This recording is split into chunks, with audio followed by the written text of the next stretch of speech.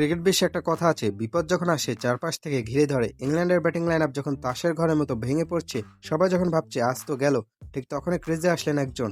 নাম তার Harry Brook. ভাইরে ভাই, এটা কি ব্যাটিং ছিল নাকি স্রেফ হাইলাইটস দেখছিলাম? মাত্র 50 বলে সেঞ্চুরি, তা আবার এমন এক সময় যখন অন্য ব্যাটাররা বলই খুঁজে পাচ্ছিলেন না। আজ আমরা কথা বলবো ব্রুকের সেই পিকচার পারফেক্ট ইনিংস নিয়ে, যা এই বিশ্বকাপের চিত্রই বদলে দিয়েছে। প্রথমত স্ট্যাটসটা খেয়াল করুন। এর আগে ব্রুককে আমরা ফিনিশার হিসেবে দেখতাম, কিন্তু ম্যানেজমেন্ট আজ তাকে পাঠালো 3 নম্বরে। এটা একটা মিডল অর্ডার ফ্যামিলি কারকে হুট করে ফর্মুলা 1 রেসিং ট্র্যাকে নামিয়ে দেওয়ার মতো। আর ব্রুক কি করলেন? প্রথমবার 3 নম্বরে নামলেন আর ক্যারিয়ারের প্রথম টি-20 ইন্টারন্যাশনাল সেঞ্চুরিটা পকেটে পড়লেন। যখন উইকেটের চারপাশ দিয়ে ব্যাটাররা আসা যাওয়া করছেন, ব্রুক তখন ক্রিজে দাঁড়িয়ে বলছেন, ডোন্ট ওরি গাইস, আমি আছি তো। এবার আসে আসল জাদুতে। ব্রুকের ইনিংসটা সবচেয়ে মজার এবং ভয়ঙ্কর দিক কি জানেন? তার ডট বলের পার্সেন্টেজ মাত্র 19.6%। 51টা বল ফেস করে মাত্র 10টা ডট বল।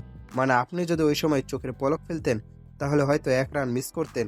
সাধারণত কি হয়, উইকেট পড়লে ব্যাটাররা ডিফেন্স করা শুরু করে, ডট বলের পাহাড় জমে প্রেশার কুকারের মতো পরিস্থিতি হয়।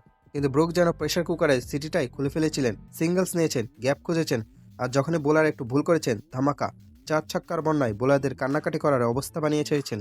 এই বিশ্বকাপ অনেক ইনিংস দেখবে, কিন্তু ব্রুকের এই ইনিংসটা স্পেশাল। কেন? কারণ এটা ছিল ক্লিন হিটিং এবং ক্রিকেটীয় বুদ্ধির এক অদ্ভুত মিশ্রণ। সে শুধু পেশি শক্তি দিয়ে খেলেনি, খেলেছে মাথা দিয়ে।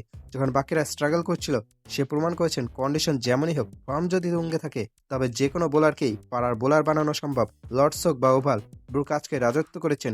তো বন্ধুরা, হ্যারি ব্রুকের এই তাণ্ডব আপনাদের কেমন লেগেছে?